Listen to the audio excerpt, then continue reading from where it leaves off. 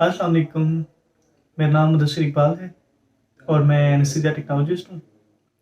आज हम हाजिर हुए हैं एक नई वीडियो के साथ जिसमें हम डिस्कस करेंगे प्रोपोफोल। प्रोपोफोल क्या है और क्या उसका मोड ऑफ एक्शन है और क्या उसकी डिस्ट्रीब्यूशन और उसकी एब्जॉर्प्शन और बाकी सब चीज़ें जो हैं, ये सब चीज़ें हम यहाँ पे डिस्कस करेंगे और इसकी डोजेज भी साथ में। तो इससे पहले कि मैं अपनी वीडियो को स्टार्ट करूँ, जो लोग मेरे चैनल पर नए हैं वो मेरे चैनल को सब्सक्राइब करें और बेल आइकन भी दबाना ना भूलें ताकि आने वाली तमाम वीडियोस आपको मिलती रहें।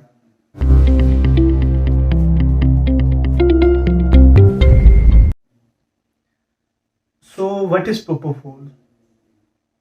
प्रोपोफोल आईवी इंडक्शन एजेंट है एनेस्थीसिया का, इंट्रावेनस इंडक्शन एजेंट। अब प्रोपोफोल जो है, इसका दूसरा नाम मिल्क ऑफ एमनीजिया भी होता है क्योंकि ये वाइट कलर में आता है।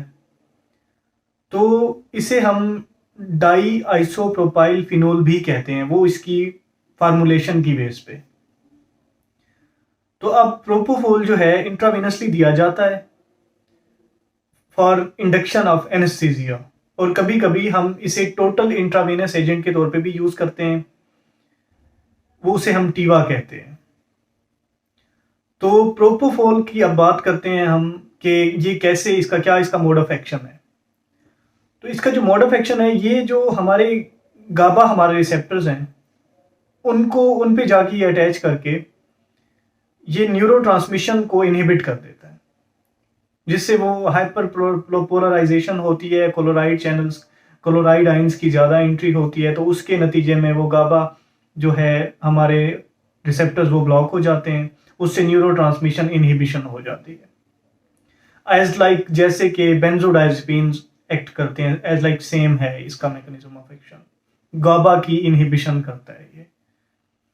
तो स्पेसिफिकली ये गाबा ए रिसेप्टर को ये ब्लॉक करता है, गाबा ए। और लेकिन ये है कि जो रिवर्सल बेंजोडाइजेपिन का रिवर्सल है ना, उससे हम प्रोपोफोल का इफेक्ट रिवर्स नहीं कर सकते। अच्छा, ये तो हो गई इसके मोड ऑफ एक्शन की बात। तो अब इसकी एब्जॉर्प्शन ये हम आईवी देते हैं, तो वहीं से ये इंट्रावेनसली डायरेक्ट हमारा मतलब चला जाता है और एब्जॉर्ब होके। तो इसकी जो डिस्ट्रीब्यूशन है, तो उसमें ये होता है कि इसकी जो हाफ लाइफ है वो 6 to 8 मिनट है।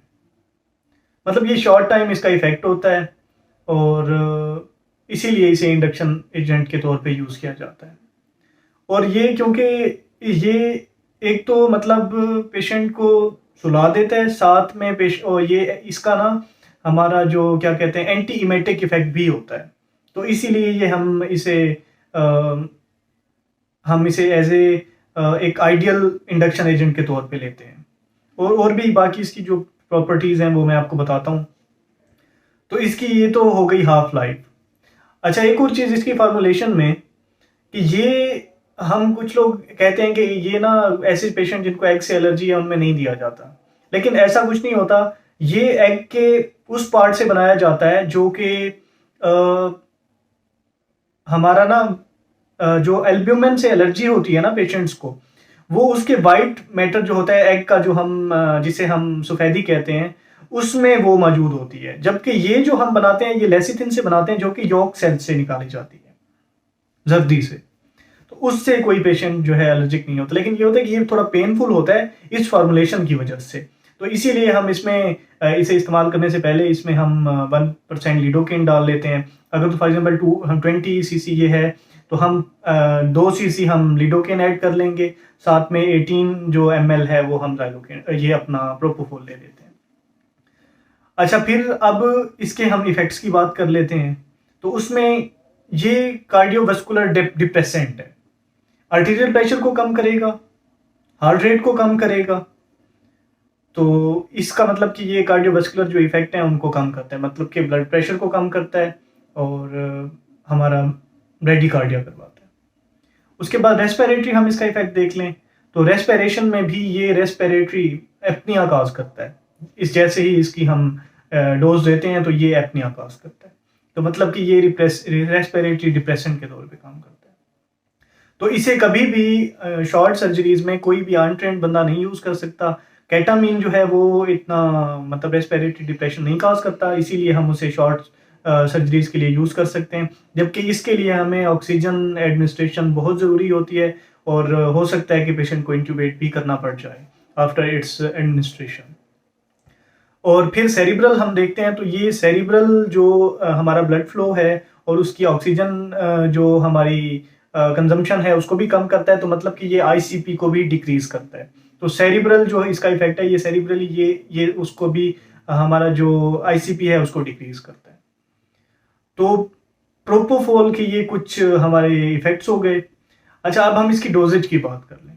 तो डोजेज इसकी जो है ये 20 ml का एम्प्यूल आता है जिसमें 10 mg पर ml ड्रग होती है, तो टोटल एम्प्यूल में 200 mg होगा।